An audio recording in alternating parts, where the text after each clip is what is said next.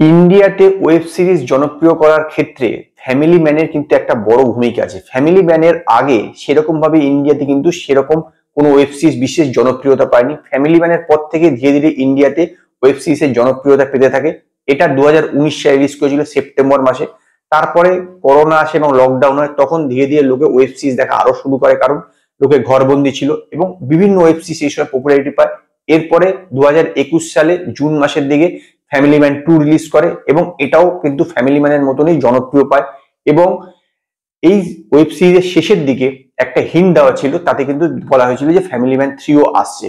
সেখানে কলকাতার একটা কানেকশন দেখানো হয়েছিল, করোনা দেখানো হয়েছিল, চীন দেখানো হয়েছিল, যাবতীয় কিছু থেকে বোঝা যাচ্ছিল যে ফ্যামিলি ম্যান 3 আসতে চলেছে।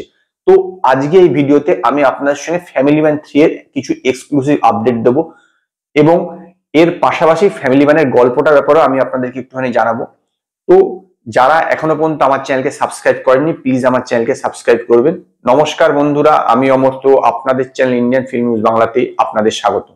ফ্যামিলি ম্যান 1টা মুম্বাইকে কেন্দ্র করেই মোটামুটি ছিল। ফ্যামিলি ম্যান 2তে কিন্তু পুরোপুরি ভারতবর্ষের একটা অন্যদিকে নিয়ে যায়, চেন্নাই এবং তামিলনাড়ু বেস করে কিন্তু ফ্যামিলি ম্যান 2টা ছিল। এবার ফ্যামিলি ম্যান 3টা কিন্তু ভারতের পুরো একটা আলাদা দিক দেখানো হবে। ফ্যামিলি ম্যান 3 হতে চলেছে পুরো নর্থ ইস্টের উপরে হতে চলেছে এবং এইখানকার লোকাল যে সমস্যা সেইটার উপরে ফ্যামিলি ম্যান 3 হবে এবং সেই সমস্যার জন্য সেই সমস্যাগুলো আর কি সেভাবে সমাধান হবে, মানে কিভাবে সমাধান করবে, সেখানে যে সমস্যা ক্রিয়েট হচ্ছে সেইটাই কিন্তু ফ্যামিলি ম্যান 3 এইবারের গল্পটা হতে চলেছে। এছাড়া এর পাশাপাশি মনোজ বাজপেয়ীর এই পরিবারেরও দেখানো হবে, কারণ এই ফ্যামিলি ম্যান 2 তো দেখেছি পরিবারটাও দেখানো হয়, তবে এইবার কিন্তু জিনিসটা কিছুটা বদলে যাবে। তার কারণ তার বাচ্চা যে দুজন আছে, ছেলে আর মেয়েটা, সেই জন্য বড় হয়ে যাবে।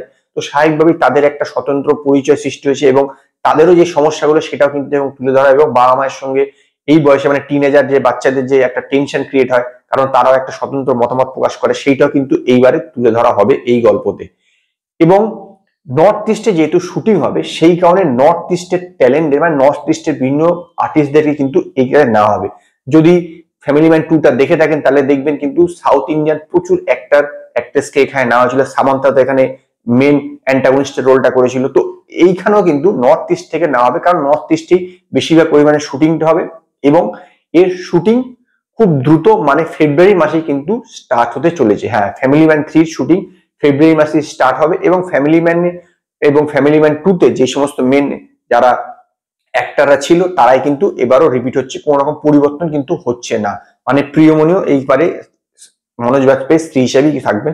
এছাড়া যারা ছেলে মেয়ে যারা অভিনয় করেছিল তারাই থাকবেন, প্রত্যেকেই থাকবে, তার বন্ধু যে ছিল তারা থাকবেন, প্রত্যেকে কোনো চেঞ্জেস হচ্ছে না। এবং ফ্যামিলি ম্যান 3টা রিলিজ করবে হচ্ছে 2025 সালে। তার কারণ ফ্যামিলি ম্যান 3 শুটিং হয়ে যাওয়ার পরে যেহেতু এটা অ্যামাজন প্রাইমে রিলিজ করে, তো স্বাভাবিকভাবে অ্যামাজন প্রাইমে দেখবেন যে কোনো ওয়েব সিরিজে প্রচুর ভাষায় ডাব হয়।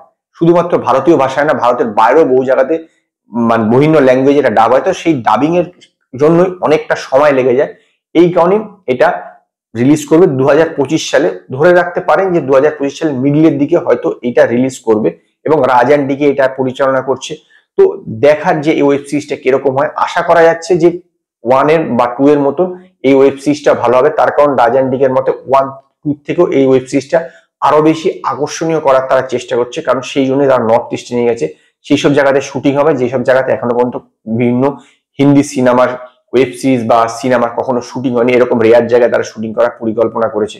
তো এখন দেখার যে এই ওয়েব সিরিজটা কিরকম হয়, আগের থেকে ভালো না আগের চেয়ে খারাপ। তবে আমি আশাবাদী যে আগের চেয়ে নিঃসন্দেহে ভালো হবে। তো আজকে এই পর্যন্তই। যদি আপনাদের ভিডিও পছন্দ হয় তো লাইক করুন, কমেন্ট করুন, শেয়ার করুন আর নতুন নতুন আপডেটের জন্য আমার চ্যানেলকে সাবস্ক্রাইব করুন।